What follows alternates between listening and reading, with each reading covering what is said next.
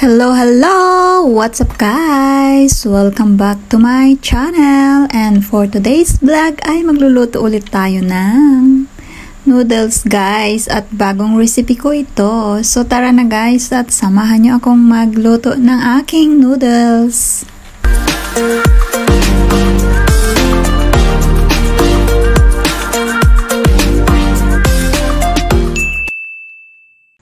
So, ayan na guys, mag-start na tayong magluto.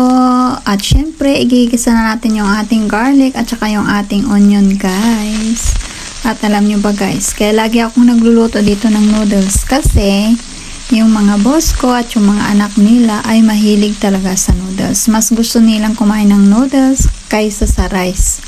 So, kaya lagi akong guys nag-iisip ko anong klaseng noodles na naman ang lulutuin ko. Basta noodles guys, kakainin nila yan.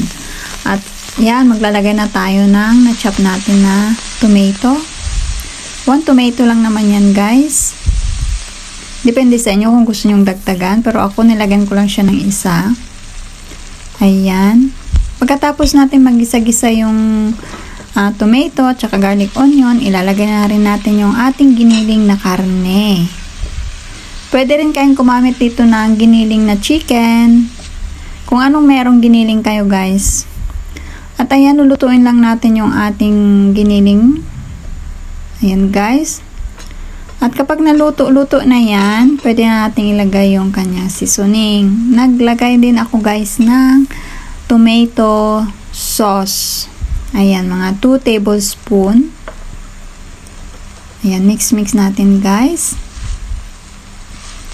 At para maluto at magkaroon ng sauce, syempre maglalagay tayo ng tubig. Ayan, naglagay ako ng tubig niyan guys. Mga dalawang cup. Ayan. At ayan, kumukulo na siya. Pag nakulo na yan guys, para medyo lumalapot yung kanyang sauce, magdadagdag tayo mamaya ng cornstarch with water. So ayan na nga guys, yung seasoning niya is oyster sauce, soy sauce, ayan. At naglagay na rin ako guys ng konting magic sarap para yung ating sauce ay may magic ang sarap, 'di ba guys?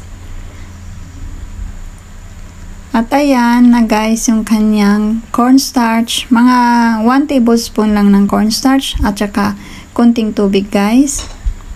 Para lumapot yung kanyang sauce. Ayan, lumalapot na siya at nagdagdag na rin ako ng magic syrup. Ayan guys, pakuluan lang natin siya. Siguro mga 2 minutes. At ito na guys. Ready na yung ating sauce. Ayan. Tikman nyo na lang guys kung okay na yung lasa. At syempre, kailangan natin pakuluan yung ating noodles. Yung fresh noodles ito guys. Na nabili ko lang yan sa supermarket. Pakuluan lang natin siya ng mga 2 minutes. Ayan guys. At syempre, pagkaluto niyan guys, kailangan natin siyang i-strain. At malapit na siyang maluto.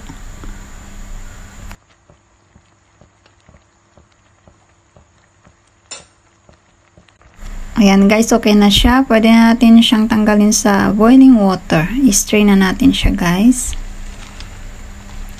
Ayan. At syempre guys, para hindi siya magdikit-dikit, hugasan natin siya ng normal water lang guys. Ayan.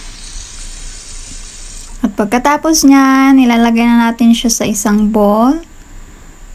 Ayan guys. At ilalagyan na natin siya ng sauce. Ayan na yung ating sauce. Ayan, napaka-yummy guys. Pagkatapos natin lagyan ng sauce guys, pampaganda kung lagyan natin siya ng spring onion. So ayan na siya guys. Luto na yung ating noodles. Hope you enjoy watching guys. Please do subscribe, like, and share Mami Luz Vlogs channel. And click na rin guys ang notification bell para lagi kang updated sa aking mga video pang i-upload. Tara na guys, kakain na tayo!